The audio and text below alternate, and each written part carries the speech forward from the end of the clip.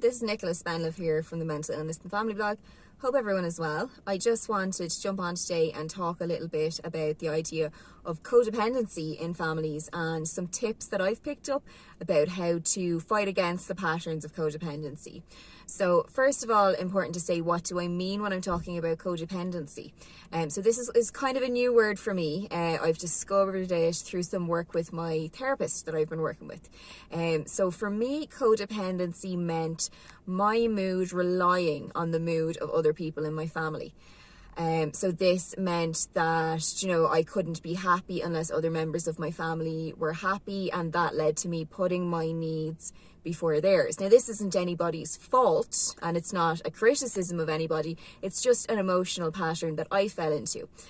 So how do we fight against codependency in families?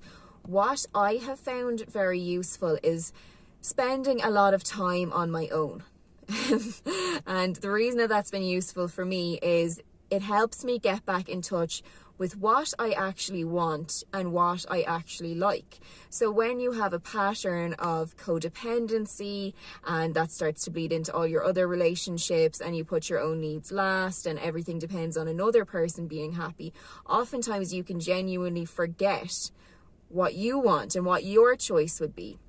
And for me, spending one day a week, if possible, putting time aside one day a week to spend some time by myself and plan out the day for myself, be that go to where I want for breakfast, pick what coffee I want, do an activity that I want to do and go to the cinema and see a movie that I want to see.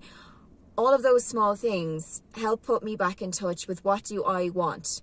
And then there's a bigger piece about advocating for that. But the first step is actually identifying what would be my choice if I didn't take into account the feelings and wants of other people. So that's kind of a bit of a journey that I'm on. I don't have all the answers to it, but I'm really enjoying learning more about breaking the cycle of codependency. Do you have any experience of this in your family? If so, please do leave a comment. I'd love to hear about it. Thank you so much for listening. I've been Nicola from the Mental Illness and Family blog. Bye.